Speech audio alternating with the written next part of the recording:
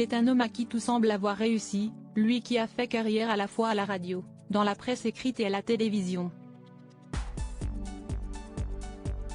Cet ancien professeur et collectionneur d'art averti a toujours su rebondir, même dans l'adversité. Si la vie ne l'a pas toujours épargné, alors qu'il a récemment perdu sa mère et qu'il mène actuellement un combat contre la maladie, quand l'époux de Diane de McMahon regarde son parcours passé, les regrets ne sont pas nombreux.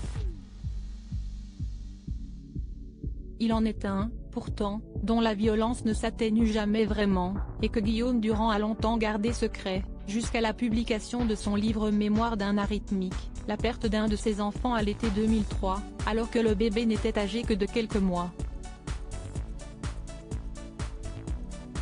Dans les pages de gala, celui qui a récemment révélé son lien avec Brigitte Macron était revenu avec émotion sur cet événement dramatique, cela remonte à l'été 2003.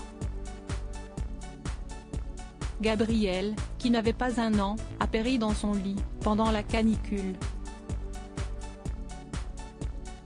La nouvelle avait été d'autant plus brutale que rien ne laissait présager du drame. Le diagnostic a été délivré par un médecin, mort subite du nourrisson. Ce syndrome redouté par tous les parents de très jeunes enfants touche environ 250 à 350 bébés en France chaque année. Avec pudeur, Guillaume Durand avait confié son plus grand regret: je ne l'ai presque pas connu, car il est le fruit de mes amours avec une femme dont justement je ne voulais pas d'enfant.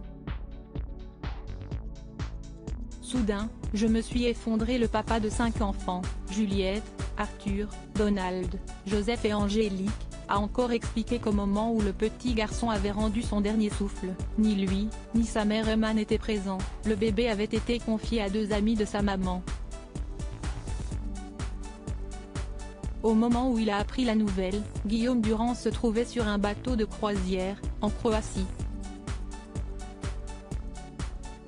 Il s'est senti dévasté, responsable, coupable et trahi à la fois. Ce n'est qu'à son retour en France, après l'enterrement du petit Gabriel, que le tourbillon d'émotions qui couvait en lui malgré ses efforts pour oublier cette tragédie a fini par s'exprimer. Soudain, je me suis effondré. 1 heure plus tard, j'étais hospitalisé à Garchow, sous anxiolytique à dose massive. Je suis resté 2 semaines. On espère qu'aujourd'hui, 20 ans plus tard, le temps a fini par adoucir sa peine. Article écrit avec la collaboration de 6 médias. Crédit photo, Cédric Perrin.